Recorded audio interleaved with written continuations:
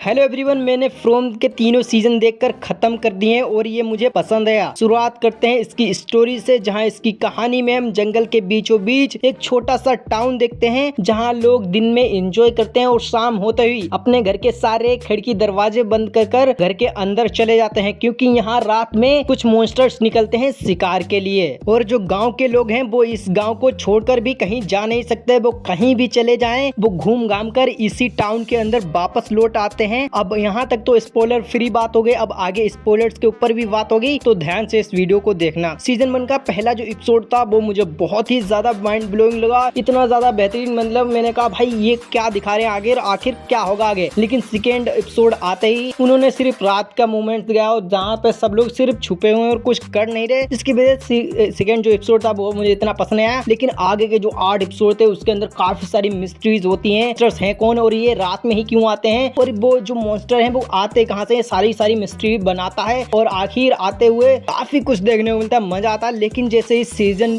2 चालू होता है, जहां मुझे लग रहा था जो पहले सीजन में कुछ सवाल खड़े किए थे उसके जवाब देंगे और काफी सारी मिस्ट्रीज खुलेंगी, लेकिन यहाँ उल्टा ही होता है। बल्कि जितने सवाल सीजन 1 में थे उससे कई ज्यादा सारे सवाल सीजन 2 के अंदर खड़े कर देते। आखिर वो लोग कौन है, ये टाइम ट्रेवल कैसे हो रहा है और जो वहाँ के लोग हैं ये कैसे एक दूसरे से लिंक हैं, क्या इन लोगों का पास्ट यहाँ रहा है, ये सारी के सारे सवाल खड़े कर देते हैं। और फिर आता है सीजन 3, जिसके अंदर जो सीजन 1 और 2 के जितने भी सवाल खड़े किए थे, वो लोग टाइम ट्रेवल कैसे कर रहे हैं, ये सारी चीजें चल क्या रही, गांव का क्या लिंकअप है और जितने भी वहां के कैरेक्टर हैं एक दूसरे से क्या लेना देना है, सारे के सारे सवाल जवाब इस सीजन के अंदर मिल जाते हैं। और जो आखिर के एपिसोड में किया है, मतलब जो जिम को एक बंदा आता है पीले कोट में और मारता है, भाई मैंने वहां पे 1 मिनट तक ताली बजाई, क्योंकि भाई इतना अनोइंग वो कैरेक्टर मुझे लगा। भाई ये कर क्या रहा है, मतलब कुछ भी कर रहा है, मुझे बहुत ज्यादा उससे पे गुस्सा आ रहा था। और भाई उसे जब मारा भाई मैं बहुत ज्यादा खुश हुआ। और जो उसकी बेटी जूली थी भाई, वो सीजन 1 के पहले एपिसोड से ऐसे ही लग रहा था वो सिर्फ सेक्स करने आए, वो किसी के साथ भी कर लेगी। लेकिन कुछ जो डायरेक्टर था उसने रोक के रखा था, वरना वो तो मतलब 10-20 लोगों के साथ तो कर ही चुकी होती। बट मैं अगर एक लाइन में कहूँ तो ये जो तीनों सीजन थे मुझे बहुत ही ज्यादा बेहतरीन लगे। इसकी जो स्टोरी जो मिस्ट्री थी वो काफी ज्यादा पसंद आई। बस एक चीज मुझे पसंद नहीं आई, जो डायरेक्टर है पता नहीं ऐसा वो 10-20 सीजन चलाने चाहते हैं क्या, बड़े आराम से स्टोरी को आगे